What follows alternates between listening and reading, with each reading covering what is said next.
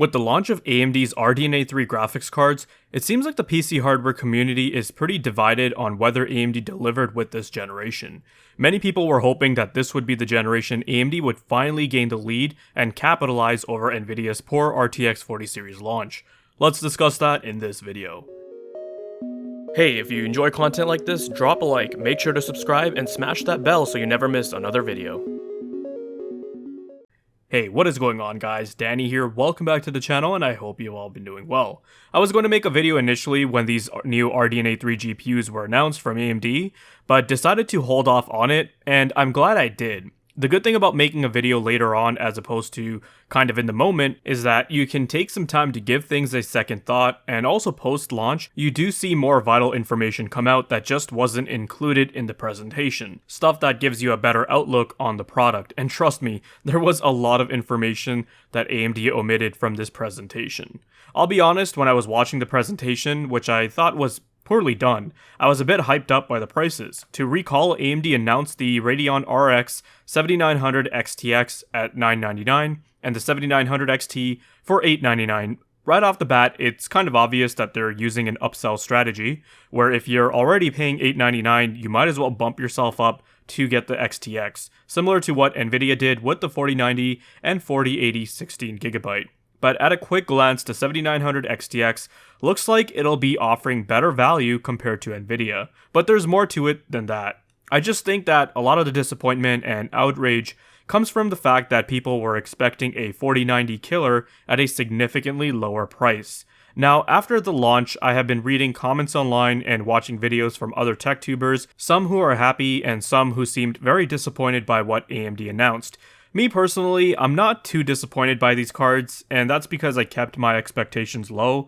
I learned my lesson from the RX Vega launch. I don't think they're spectacular, but I don't think they're utter dog shit like most people are making them out to be. I just think that they're okay. It seems like a lot of the disappointment that I was seeing from people stemmed from them relating back to how the 7900 XTX didn't turn out to be even remotely close to what the Twitter leakers were suggesting. At the end of the day, you're supposed to take their information with a grain of salt, but it really seemed like a lot of people got suckered into thinking that the top tier Navi 31 GPU would have 192 compute units, have a game clock north of 3 GHz, have a bunch of infinity cache, etc.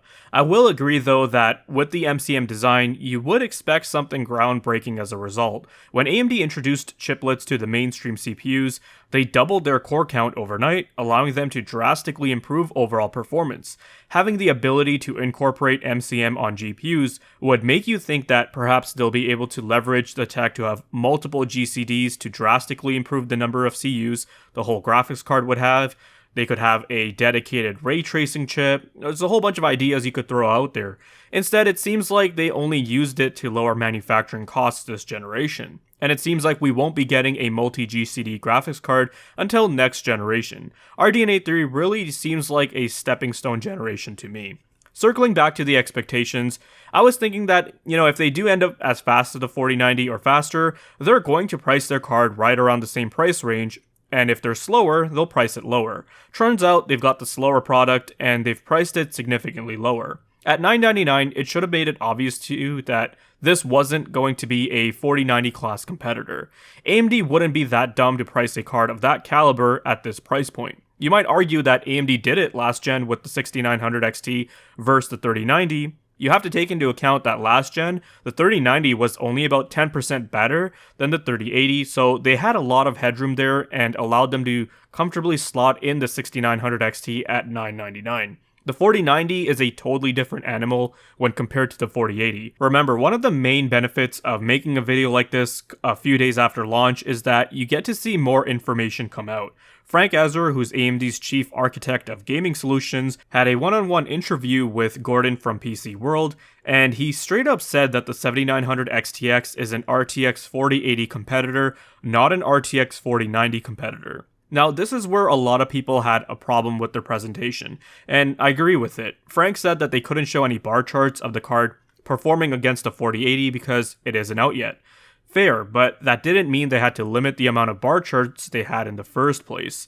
So when it comes to raw rasterization performance, all they showed was a slide which had the 7900 XTX up against the RX 6950 XT in 3 titles, which were Call of Duty Modern Warfare 2, Watch Dogs Legion, and Cyberpunk 2077, showing an improvement of up to 1.7 times. And that was it. No hard FPS number, no proper bar charts, just 3 games with some vague figures.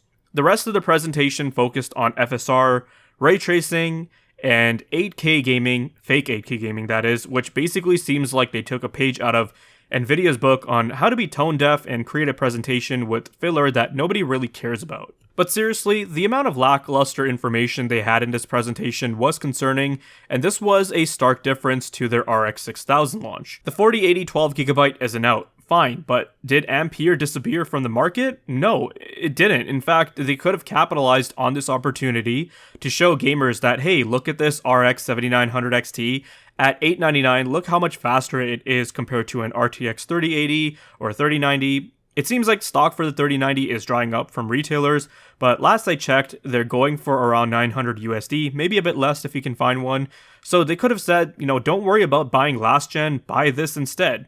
In fact, AMD showed a slide from the RX 6000 launch of the RX 6800 going up against an RTX 2080 Ti and dominating it. Since we're on that subject, they had a bunch of slides with a wider variety of games showing their RX 6000 series against the Nvidia counterparts.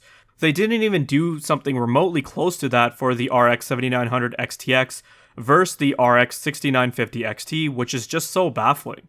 Had they shown a 10 or 12 game benchmark suite, then I think this would have satisfied a lot of people. Instead, they poorly presented their products and decided to focus on stuff that nobody cares about or asked for. Now, given the limited information we got, in the moment of excitement, enthusiasts and gamers were taking that info and trying to extrapolate performance. I saw a post on Reddit where someone had taken Tech Power Up's benchmarks from their 4090 review and tried to slot in a 7900 XTX to see how much faster it would be against the older cards and how it would fare against the RTX 4090. When it comes to raw rasterization performance, it seems like the 7900 XTX can come close to the 4090, but does lose by a significant margin in some titles. A few users on Twitter were also doing the same. Harukaze made some graphs assuming a 1.7x increase and showed maybe the 7900 XTX will match the 4090 in some titles. Another user by the name of LockGamer used Hardware Unbox's numbers and did the same, assuming a 1.5x increase on average, and found that in some games it can match the 4090's performance, and in some titles it does lose by a considerable margin. PCGH did the same when it came to RDNA3's ray tracing performance, and found it slotting beside Ampere GPUs, and we'll talk about that in just a moment. Here's the thing, you really have to take this stuff with a grain of salt. It's just rough napkin math, and we have to wait for independent reviews. Taking the figures that AMD gave and then trying to extrapolate performance based on someone else's review is silly because their systems are configured differently. Did they have rebar on? What kind of settings were they using? And you don't even know what part of the game AMD tested. There are so many variables at play here, so you're much better off just waiting for independent reviews. Remember, AMD only showed 3 titles. That is a very small sample size, which were obviously cherry-picked. Using numerous titles, it might actually turn out to be like 45 or 35% faster than the 6950 XT on average, which means that it would be behind a 4090 by a considerable margin. Apart from that, if we were to take a look at the benchmarks Nvidia have shown us, which include the RTX 4080, the 4080 is about 20-ish% faster than the 3090 Ti. According to Hardware Unbox's numbers, the 3090 Ti and 6950 XT are in the same neighborhood. I think the 6950 XT loses by about 5 to 10%. So I'm suspecting that the 7900 XTX on average will slot in between the 4080 and 4090, which bodes well for AMD. As you all know, the 4080 is supposed to launch with an MSRP of $1199, and then partner models will of course creep up much beyond that. That means AMD has a product that is cheaper than Nvidia and will most often than not beat Nvidia's by a considerable margin for about $200 less. But that's basically it, its only major selling point for now, and if Nvidia wants, they can easily drop prices to align appropriately with the competition.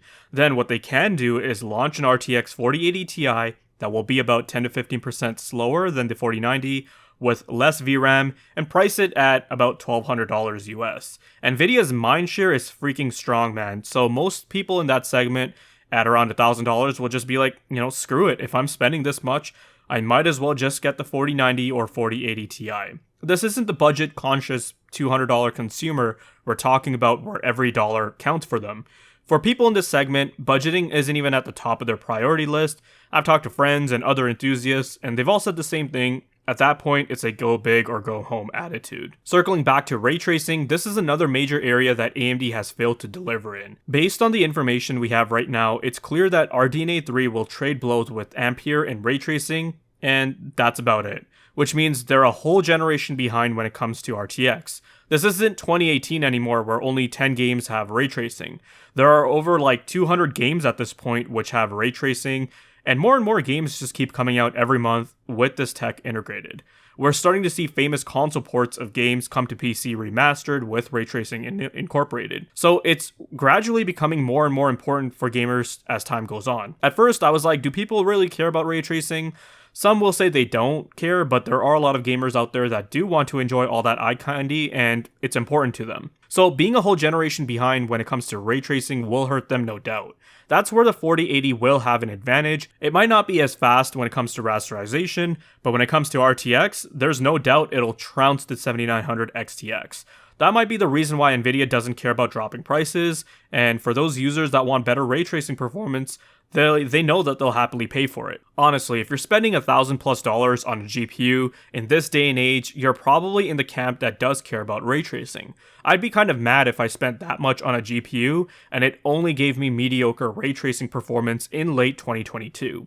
This is probably another reason why they didn't showcase their cards against Nvidia in ray tracing benchmarks and only compared it to themselves, which was the 6000 series, and that had awful ray tracing performance akin to Turing, and along with that they used FSR. Frank said that the reason why they didn't include Nvidia in their benchmarks is because Nvidia does the same. They didn't want to give Nvidia any special treatment. Well, AMD is an ant compared to Nvidia. Nvidia really doesn't care about them at this point. AMD, on the other hand, they're trying to gain market share, so they don't have that kind of luxury to have the same attitude. And that's probably why this presentation was so piss poor, and included all this bullshittery like 8K gaming, and it came off as really tone deaf because this is exactly what Nvidia did and their Ampere launch, and they got ridiculed for it. Nobody cares about 8K gaming. There are barely any good affordable 8K panels out there, and I would say we're at this point now where unless you're sitting 2 feet away from your TV or monitor, you're not going to notice. I know most of my core audience doesn't care about LTT, but they did make a pretty interesting video not too long ago where they revisited quote-unquote 8K gaming with the RTX 4090. What I liked about that video was that they had a portion where they took people from around their office, the average consumer or gamer, and made them play a game at 4K, then made them play it at 8K, and nearly everyone was just like, it seems like I'm playing 4K gaming but at a lower frame rate. Okay, so now let's change it to 8K. Feels about the same. It certainly doesn't feel as fluid. But that's just feeling. How does it look? Does it look sharper? No. At all? Not really. Looks about the same. Right? Textures look just as sharp. Should I be noticing a difference, Mr. Plouffe? No. They could barely tell the difference. Nobody was really wowed by the 8K visuals. So we're at the point of diminishing returns, and these manufacturers need to realize that hyping up, pumping up ultra-high resolutions isn't appealing, especially when you have to rely on heavy upscaling and performance modes to go along with that, so technically you aren't even at 8K.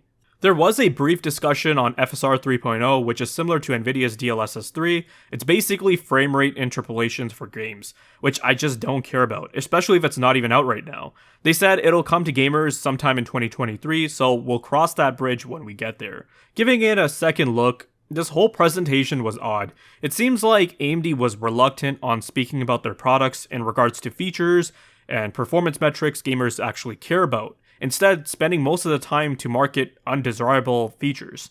Highlighting DisplayPort 2.1 was a good thing though, I'll have to give them credit for that. I think Nvidia not including that on their 40 series was a huge blunder on their part. For a card as expensive as the 4090, it really should have come with at least one DisplayPort 2.1 interface. Scott Herkelman also talked about not having to worry about a new power adapter with their new GPUs or having to rebuild their PC. Some people thought that was cringy, I thought that was kind of funny, but I can see why people were annoyed because they didn't compare themselves to Nvidia's in areas where it really mattered, but poked fun at these smaller quality of life features. Overclocking is going to be interesting on this card. I'm hearing that AMD has taken a conservative approach and wanted to remain closer to that sweet spot on the efficiency curve, which in my opinion is a good thing. We've seen how terribly hardware has been scaling when you're pumping a bunch of power into it. You get into a realm of diminishing returns. Maybe the 7900 XTX can hit 3 GHz when overclocked, but then again with a TBP of 355 watts, there's not a lot of headroom left on that reference card. So it'll be up to AIBs if they'll give us custom models with 3 8-pins, and once reviewers test those, we'll see how much headroom they actually have and how much performance scales with it. I can see why people were disappointed by the clock speeds, considering how much we kept on hearing about 3 GHz plus. So overall, I have to say I wasn't blown away by RDNA3. I don't think anyone was. I can see why so many people have expressed their disappointment, and the only thing AMD have going for them is just better pricing compared to Nvidia's current offerings. There's still a lot of question marks up in the air about how these cards actually perform, considering how limited the info was that they presented. Another reason why so many people were rooting for AMD to succeed was because it helps keep Nvidia in check, but this is it. They've basically shown their entire hand, and that's what we're going to be dealing with for the next couple of years.